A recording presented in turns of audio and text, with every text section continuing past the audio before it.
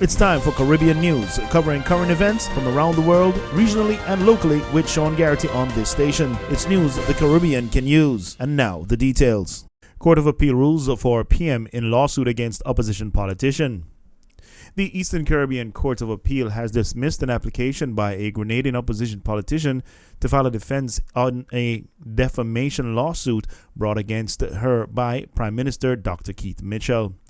Nigel Stewart, the Prime Minister lawyer, says Claudette Joseph lost the appeal against Prime Minister Mitchell in a judgment handed down by the Court of Appeal on January 11. In effect, the Court of Appeal has reaffirmed the judgment of the High Court in awarding judgment against Claudette Joseph in relation to defamatory comments made in relation to the shrimp farm project, Stewart added. In January of 2021, the High Court dismissed Joseph's appeal after she missed the deadline set by the court, and Stewart sought a judgment in default. Mitchell had filed the lawsuit after Joseph claimed he was an investor in the failed agriculture shrimp farm project. She pointed to a social media video to support the allegation. Mitchell denied he was an investor in the project, which was an approved citizenship by investment or CIP project.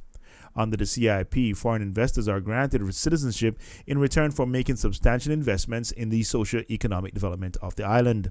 In March of 2019, the government announced an investigation into the project after it failed to materialize. Joseph, an attorney who once served as the public relations officer for the main opposition National Democratic Congress, says the matter is with her lawyers as she awaits the written judgment of the court. Haitian-American Sheila McCormick wins seat in Congress. Sheila McCormick, the 39-year-old Haitian-American healthcare executive, is the new representative in Congress for District 20. Sheila defeated Republican Jason Mariner in Tuesday's special election and will replace the late Democratic Florida U.S. Rep. Alcee Hastings, the longest-serving member of the Florida delegation before he died in April of pancreatic cancer. For more than 10 years, she was the CEO of Trinity Healthcare Services, which provides in-home care.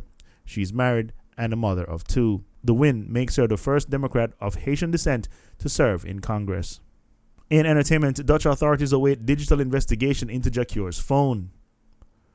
Reggae singer Jah Cure will spend at least 7 more weekends behind prison walls.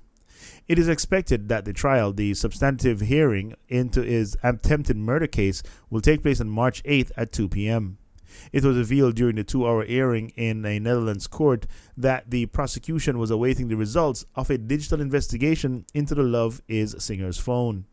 The embattled singer appeared alongside his attorney at law, Jan Hein Cupers, to face a battery of charges that includes attempted murder and aggravated assault.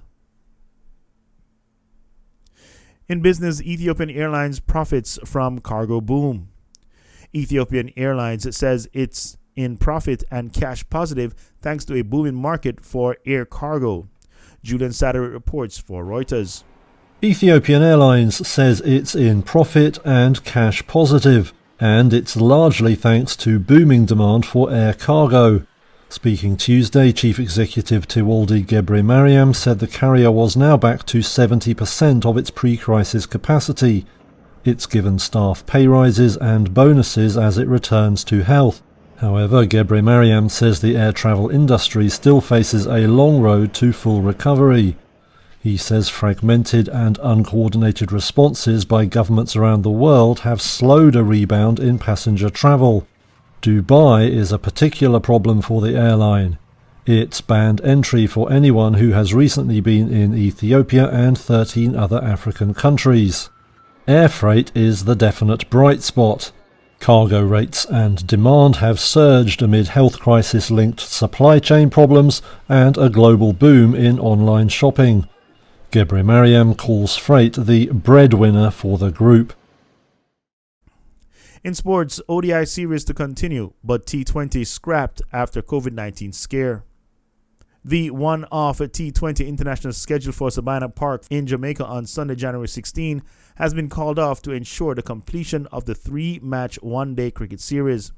The tour was in jeopardy as 3 additional members of the Ireland camp tested positive, bringing to 5 the number of cases in the party since their arrival last week. And already, with injuries to 2 players, Ireland were left with a severely depleted squad, forcing organisers to postpone the second one-day international scheduled for January 11. And your Palm Beach weather forecast: a 50% chance of showers mainly before 1 p.m. Mostly cloudy, then gradually becoming sunny with a high near 74. Northwest winds at 6 to 11 miles per hour with precipitation amounts less than a tenth of an inch possible. Later on in the night, mostly clear with a low of around 53 degrees. Northwest winds 6 to 13 miles per hour.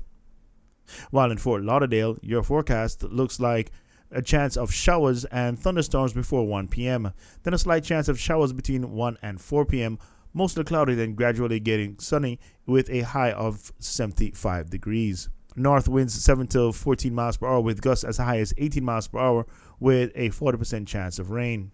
Later that night, mostly clear with a low around 55, winds at the northwest 7 to 11 miles per hour. And that was the news, entertainment, and sports with Sean Garrity. Be sure to stay tuned to this station for more news from around the world, locally, and the Caribbean.